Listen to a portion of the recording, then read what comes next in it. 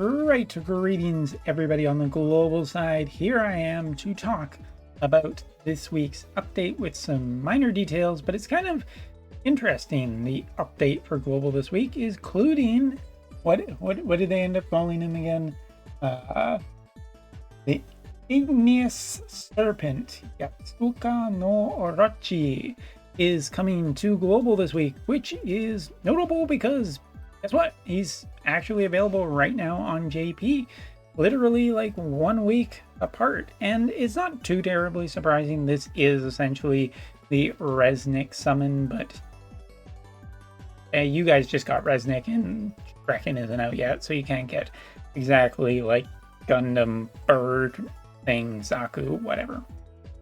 So yeah, this is kind of well, we'll do this one first, just because we'll talk about Sonille in a second. When it comes to the Igneous Serpent, the Igneous Serpent is pretty open and shut case for whether or not you want this card. It's a magic-based card. It is focused, of course, around Snek. However, it is essentially just a really, really good new magic Esper. For most people, that should decide right there whether or not you want it or not. Yes, it is a primarily fire magic Esper, but it does have enough stuff in its kit that you don't need to go for the fire, and you can just have a really good fire magic Esper, or just magic Esper in general. So yeah, I think that this is pretty clear whether you want this.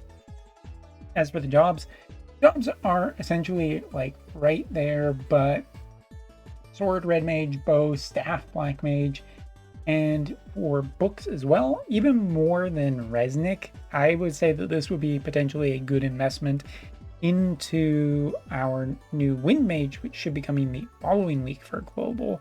Of course, Shrek. Shrek would enjoy this VC, and for people who are going to plan to do Snek and Shrek, definitely pick up this VC if at all possible, if it's not going to break the bank, so to speak. If you are saving for Shrek, and that's the more important one to get by the time Shrek comes out, well, I mean, this is a permanent addition to the pool, so you can always get it later. Anyway, so that's it for that. Let's hop over and talk about Sonille, because the raid boss revival, whatever, you can do it if you want. It's for most long-term players. There probably isn't too much there that you want or need. So let's jump over to Sonille. Now, where is my Sonille? Here she is. She's not quite finished yet, but pretty close. If I wanted to, I could just you know what, let's just do it for the video. Boom, and there you go. Proof of concept that I actually could 140 her as well. Sonille's acquisition is essentially free. She is a free character that you can earn in-game by playing a mission. This mission is no longer available on JP. So for people who are wondering about, you know, this is essentially an event character, and if you want her and you want to max her, get her just sooner than later and just be done with it, kind of thing.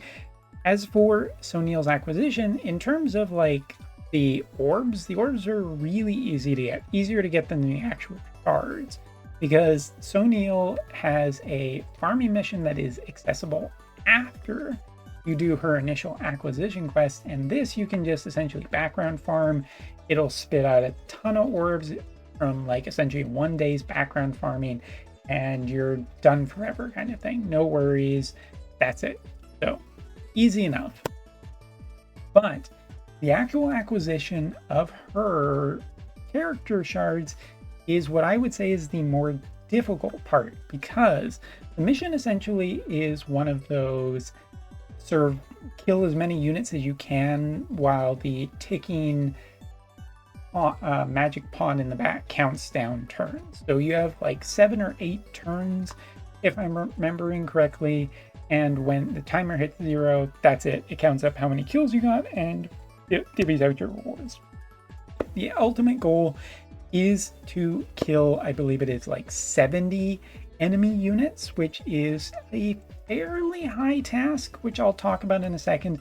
But the thing to remember about getting Sonille is that do not auto this stage. For the most part, it is just incredibly unfriendly to auto. If you auto it, even with like strong characters, you're more than likely only going to get about 35 kills. The certain like markers in the actual mission will spit out stronger bosses, including the blue Gundam from the story base mission. That shouldn't be a spoiler because I think it happened like 8 months ago or whatever that was.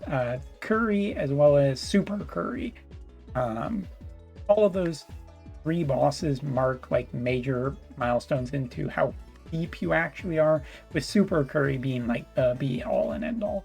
But to kill all the units requires pretty good planning as well as stage, or just generally good units, I should say.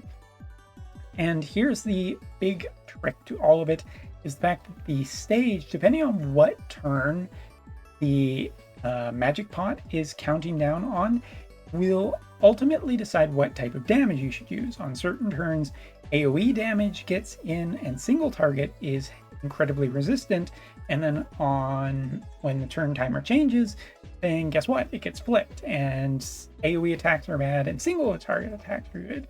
You have to be careful about what units you bring, and for the most part, I mean, it is a dark unit, so they are expecting you to bring dark damage characters to really dish out damage. I wouldn't say that it's as unfriendly as Porcelain Tower. Porcelain Tower is just so specific, and this is generally pretty friendly towards dark damaging units. The one thing is, though, that when I say that single target and AoE resistance is really important to pay attention to, it essentially is. The good news also here is that, guess what? You don't need to hit all 70 kills to get all of her shards, but you do need to get, I think it's close to like 60, which does require a little effort, a little planning. And you know what? It might even take you a couple tries and maybe some modifications. So generally fine, but be careful about it when the quest comes out. It's not that bad, but it might frustrate some people. As for using other elemental characters, I tried it with like multi-elemental teams of the strongest characters, and was able to get roughly about 65 kills in the time, but wasn't able to get the full 70. So it is possible with others, though dark units definitely do get an advantage. So with that being said, is it worth the effort? Well, I'm glad to say that yes, it is. Sonille is a pretty damn good character for a free 70 cost.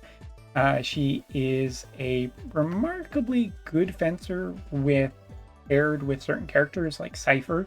Cypher is kind of one of her bestest friends, and slashing base teams in general like her, but also Earth elemental teams are quite happy to have her too, as she is kind of an evasion unit who can just do some evasion-y stuff, which when peppered into the right teams is a surprise to your opponent, and boom, problem. Also cost limited stuff, all of that is really nice. So Sonille is worth the investment of resources, I think. As not only that, I also think that in general her performance is quite good for a 70 cost free unit, that you can get all of her shards, orbs, fully reincarnated long before the end of the event, and really your only problem is dot points. So yeah, Sonille, keep in mind that a device for the actual quest, in terms of like needing to follow clear videos, you shouldn't really need to, so long as you just play through it and pay attention to what you're doing. It should be generally fine, but you also might want to have some dark characters ready to go. Anyway, that is the video. Enjoy the quiet week, such as it is, between Snek, the limited time character, as well as the indomitable and destructive Shrek, who comes the following week. This is a nice chill week for globalers, and of course, barring some unforeseen stuff, there should be a collaboration announced for JP which will be only about, what, a month-ish away for you guys. So look forward to that news next week.